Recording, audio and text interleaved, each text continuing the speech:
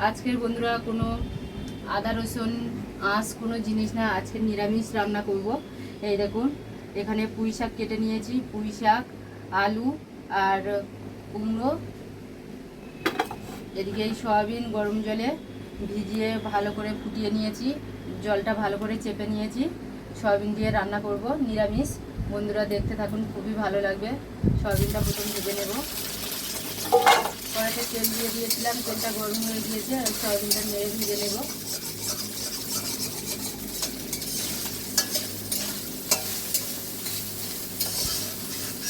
অল্প করে লবণ দিয়ে দেবো আর অল্প করে হলুদ গুঁড়ো দিয়ে দেবো, দিয়ে ভালো করে নেড়ে এটা সয়াবিনটাকে ভেজে নেব। দেখুন বন্ধুরা সয়াবিনটা ভাজা হয়ে গিয়েছে, সয়াবিনটা এবার নামিয়ে নেব।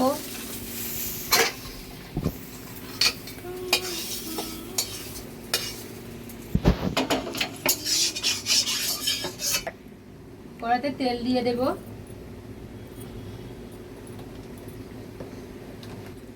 শুকনো লঙ্কা 5 ফোঁটন, রাঁধুনি, তেজপাতা এগুলো ফোড়ন দিয়ে দেব। ওর সাথে কটা কাঁচা লঙ্কাও দিয়ে দেব। এবার সবজিগুলো দিয়ে দেবো সব।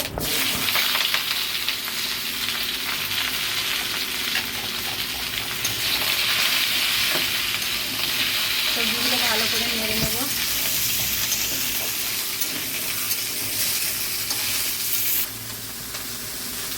সবজিগুলো একটু নেড়ে নিয়েছি, এবার এতে পরিমাণ মতো লবণ দিয়ে দেব। আপনাদের স্বাদ মতো আপনারা লবণ দেবেন, আমার পরিমাণ মতো আমি লবণ দিয়ে দিলাম। এবারে এটা লবণ দিয়ে চাপা ঢাকা দিয়ে দেবো। নেড়ে দেবো, ভালো করে নেড়ে দেবো ঢাকাটা খুলে।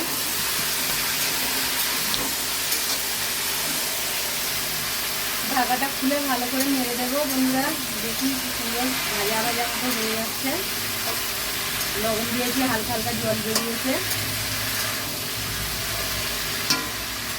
এর মধ্যে এবার হলুদ দিয়ে দেবো, 1/2 চামচ মতো হলুদ দিয়ে দেবো।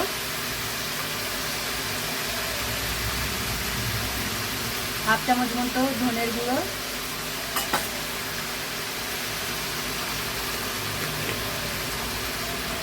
1/2 চামচ জিরের গুঁড়ো, সব একসাথে করে দিয়ে নেড়ে নেব ভালো করে। আবার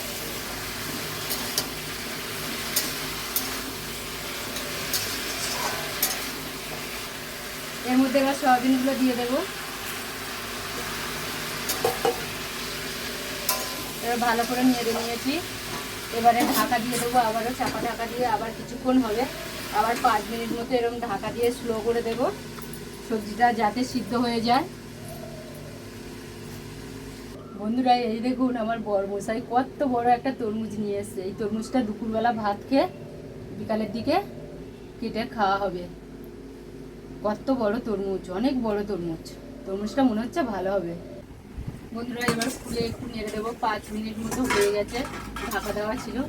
এই দেখুন বন্ধুরা কি সুন্দর জল বেরিয়েছে, এই জলেতে সিদ্ধ হয়ে যাবে সব সবজি।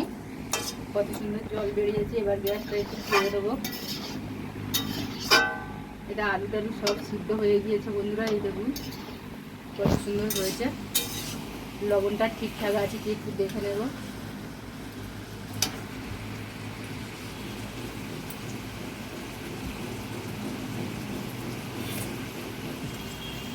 একদম পারফেক্ট তরকারি হয়েছে বন্ধুরা, খুব সুন্দর হয়েছে টেস্ট। এবার এতে একটু ব্যালেন্স রাখার মতো চিনি দিয়ে দেবো। আপনারা যদি না মিষ্টি খেতে চান তাহলে মিষ্টি দেবেন না, আর যারা যারা মিষ্টি খেতে ভালোবাসেন তারা তারা তরকারিতে একটু চিনি দিয়ে দেবেন। নিরামিষ তরকারি তো বন্ধুরা একটু মিষ্টি দিলে খুবই ভালো লাগে খেতে, ওই জন্য আমি একটু মিষ্টি দিয়ে দিলাম।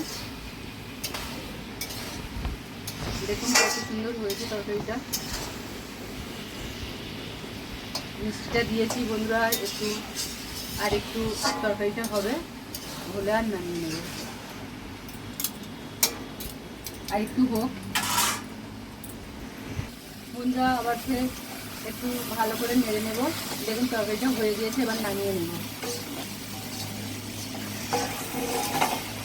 এবার গ্যাস বন্ধ করে দিলাম। নামিয়ে নেব। দিয়েছি আমার সুন্দর সয়াবিনের পুঁই শাকের রেসিপি। কেউ যদি আমার ভিডিও নিয়ে ওরকম করে না, ও আমি ভাইরাল হয়ে যাব।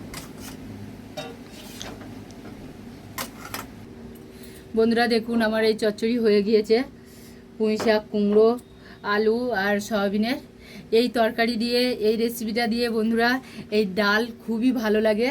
ডাল আর ওই যে তরকারি খুবই সুন্দর লাগে। আজকে আমি ডাল বানিয়েছি আর এই রেসিপিটা বানিয়েছি আর এই আমের টক বানিয়েছি একটু। আজকে আমার বাবা আসবে তাই নিরামিষ রান্না করেছি এগুলো। আর আমার ছেলে আমার জন্য আর আমার বড়মশাইয়ের জন্য, কাকুর জন্য এই যে মাছের ঝাল করেছি, এটা আলাদা রেখেছি। আমার বাবা তো নিরামিষ খায়, ওই জন্য এটা প্রথমে করে রেখে দিয়েছিলাম। তা বন্ধুরা আমার আজকের ব্লগ এই পর্যন্ত। আপনাদের কেমন লাগলো বলো। আর বন্ধুরা আর একটা ভালো জিনিস, এই দেখুন এই যে সেই যে তরমুজটা কেটেছি, তরমুজটা খুব বেশি লাল হয়নি গো, এই দেখো, কিন্তু মিষ্টি আছে, খেয়ে দেখলাম মিষ্টি আছে। এই কিছুটা কেটেছি, কিছুটা এই রেখে দিয়েছি। এই যে এটা ফ্রিজের মধ্যে ঢুকিয়ে দেবো, ভাত টাত খাওয়ার পরে এটা খাবো। ঠান্ডা হয়ে গেলে ফ্রিজের মধ্যে দিলে খুব ভালো লাগবে খেতে।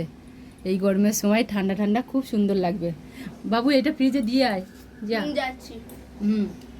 না বন্ধুরা, সবাই এই গরমে পারলে একটু তরমুজ, তারপর পানাবেল, এইসব শশা, এগুলো একটু খাবে, শরীরের পক্ষে খুব ভালো খাওয়া। আমার ব্লগটাই এই পর্যন্ত শেষ করছি বন্ধুরা, সবাই ভালো থেকো, টাটা। আবারও দেখা হবে অন্য কোনো ব্লগ নিয়ে। নমস্কার বন্ধুরা, শকুন্তলা ব্লগস থেকে আপনাদের স্বাগত জানাই। আজকেরও চলে এসেছি প্রতিদিনের মতো রেসিপি নিয়ে। এই দেখুন আজকের বানাবো চচ্চড়ি, সয়াবিন, আলু, কুমড়ো দিয়ে আর পুঁই শাক ডাঁটা দিয়ে, আর করব আমের টক। এই গরমের সময় বন্ধুরা আমের টক খুবই ভালো লাগে, খুব সুস্বাদু লাগে। আমের টক হলে আরও দুটো ভাত খাওয়া যায়। আর বানাবো ডাল। এই গরমে সিম্পল খাওয়া বন্ধুরা, রিচ খাওয়া একদমও নয়। এই গরমে রিচ খেলে পেট খারাপ করবে, শরীর খারাপ করবে, খিটখিটে মেজাজ হয়ে যাবে। তার জন্য বন্ধুরা আজকের আমি নিয়ে চলে এসেছি নিরামিষ রান্না, অথচ খুব সহজ পদ্ধতিতে রান্না করব, খুব সিম্পলভাবে রান্না করব। কোনো আদা রসুন পেঁয়াজ দেওয়া না, একদম পুরো সম্পূর্ণ ভিডিওটা দেখতে থাকুন বন্ধুরা, আপনাদের খুবই ভালো লাগবে। প্লিজ ভালো লাগলে একটা সাবস্ক্রাইব করে দেবে। চলুন তাহলে রান্না করা যাক। আমি রান্না করি বন্ধুরা, আর তোমরা দেখতে থাকো। ভালো লাগলে আমাদের বাড়ি চলে এসো।